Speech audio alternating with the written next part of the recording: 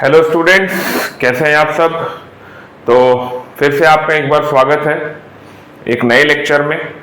ये लेक्चर बहुत छोटा है बट बहुत इंपॉर्टेंट है। इस लेक्चर में हम लोग सीखेंगे कि इलेक्ट्रिक फील्ड लाइंस का शेप क्या होता है। सबसे पहली चीज है कि इलेक्ट्रिक फील्ड लाइंस होती क्या है। ठीक है, तो जो इलेक्ट्रिक फील्ड है वो चार्ज की एक प्रॉपर्टी है। चार्ज की एक प्रॉपर्टी है कि चार्ज जहां भी रहता है वो अपने चारों तरफ एक दायरा बना के रखता है। अगर हमें किसी चीज को बताना है किसी दूसरे को तो दो तरीके हैं बताने के। एक तो हम बोलकर बता दें, स्पीच, ठीक है, और दूसरा उसका एक पिक्चर बनाकर बता दें। जैसे बहुत जगह तस्वीर बनाई जाती है, इमेज बनाया जाता है, वो बेसिकली क्या है, वो भी कोई चीज बताने का या समझाने का एक तरीका है। उसी तरह से आपको पता है कि चार्जेस अपने चारों तरफ एक दायरा बनाता है। आखिर वो दायरे को कैसे दिखाया जा सकता है या किसी दूसरे को कैसे समझाया जा सकता है।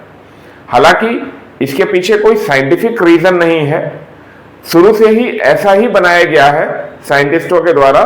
तो हम लोग इलेक्ट्रिक फील्ड को इसी शेप में समझते आए हैं। क्योंकि ये एक लाइन के फॉर्म में दिखाया गया है इसलिए इसको इलेक्ट्रिक फील्ड लाइंस भी मैं लिखा हूं और इलेक्ट्रिक फील्ड लाइंस भी बोला जाता है। ठीक है, और यही वो लाइन है जो कि फोर्स भी अप्लाई करता है। आप पिछले लेक्चर में जाइए, आपको पता चलेगा कि इलेक्ट्रिक फील्ड लाइंस के वजह से ही चार्ज पे फोर्स लगता है। तो इसीलिए इलेक्ट्रिक फील्ड लाइंस को लाइन ऑफ फोर्स भी बोलते हैं। ये स्टेटमेंट भी आप नोट डाउन कर सकते हैं। Electric field lines are also called line of force. Line of force क्यों बोलते हैं लाइन ऑफ फोर्स? क्योंकि ये एक ऐसी लाइन है जिसमें फोर्स प्रेजेंट होती है और वो फोर्स चार्जेस पे अप्लाई होती है। ठीक है, अब आते हैं इसके शेप पे। आखिर इलेक्ट्रिक फील्ड लाइंस का शेप कैसे दिखाया गया? मैंने आपको पहले बोला कि इसके पीछे कोई साइंटिफिक रीजन नहीं है। शुरू से जिन लोगों ने ऐसे अडॉप्ट किया है शेप समझाने का तरीका, हम उसको वैसे ही पढ़ते चले आ रहे हैं, समझते चले आ रहे हैं। ठीक है ना। तो सबसे पहली चीज है कि ये जो लाइन है इलेक्ट्रिक फील्ड लाइंस, ये आखिर निकलती कहां से है और ये टर्मिनेट कहां होती है, या ये टर्मिनेट होती भी है कि नहीं। ठीक है, तो हम लोग इसको इस तरीके से समझेंगे।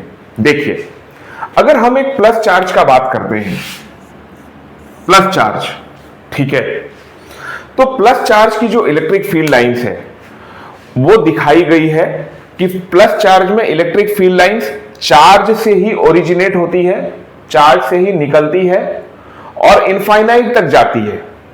कहां तक जाती है? इनफाइनाइट तक। लेकिन अगर प्लस चार्ज पूरे यूनिवर्स में अकेला होता, केवल प्लस चार्ज ही होता, तो इसकी फील्ड लाइन इनफाइनाइट तक जा रही होती। ठीक है, अभी आपको थोड़ी देर में ये बात समझ में आएगा। मैं इसको कैसे बना रहा हूं, इसको यहां से ऐसे निकलते हुए दिखाना है हर डायरेक्शन में। ये पूरे 3D स्पेस में निकलता है। हालांकि बोर्ड एक 2D ऑब्जेक्ट है तो मैं आपको 2 ही डायमेंशन दिखा सकता हूं, लेकिन आप ऐसा मान के चलेंगे कि ये आपके तरफ भी आ रही है। अगर कहीं पे चार्जेस रखी हुई है तो उसके वजह से जो फील्ड लाइंस है, अगर आप इसको ऐसे देख रहे हैं तो आपके तरफ भी आ रही है, इस डायरेक्शन में भी आ रही है और बोर्ड के परपेंडिकुलर अंदर भी जा रही है, यानी पूरे 3D स्पेस में ये फैल रही है। ठीक है, ये शेप होता है प्लस चार्ज की वजह से। लेकिन ये मैं तब बोल रहा हूं अगर प्लस चार्ज अकेला ही केवल होता। ठीक है, लेकिन अगर इसको अभी छोड़ देते हैं, अगर माइनस चार्ज केवल अकेला होता तो माइनस चार्ज में इलेक्ट्रिक फील्ड लाइंस के बारे में क्या बोली गई? माइनस चार्ज के बारे में, इलेक्ट्रिक फील्ड लाइंस के बारे में बोली गई है कि माइनस चार्ज में इलेक्ट्रिक फील्ड लाइंस इनफाइनाइट से ओरिजिनेट होते हैं और चार्ज में आके टर्मिनेट होते हैं। प्लस चार्ज में मैंने क्या बोला था कि ये चार्ज से ओरिजिनेट होगा और इनफाइनाइट पे टर्मिनेट होगा। अगर माइनस चार्ज भी अकेली होती तो इनफाइनाइट से ओरिजिनेट होता और चार्ज में टर्मिनेट होता। आप एरो का डायरेक्शन देखिए, मैं जिस तरह से एरो बना रहा हूं आपको भी वैसे ही बनाना है। ठीक है, कुछ ऐसा। लेकिन हमारे पास केवल माइनस चार्ज या केवल प्लस चार्ज तो है नहीं, हमारे पास तो दोनों ही तरह के चार्ज हैं। तो इन दोनों तरह के चार्जेस की वजह से इलेक्ट्रिक फील्ड का शेप और डायरेक्शन क्या होता है, इसको हम लोग अगले लेक्चर में देखते हैं।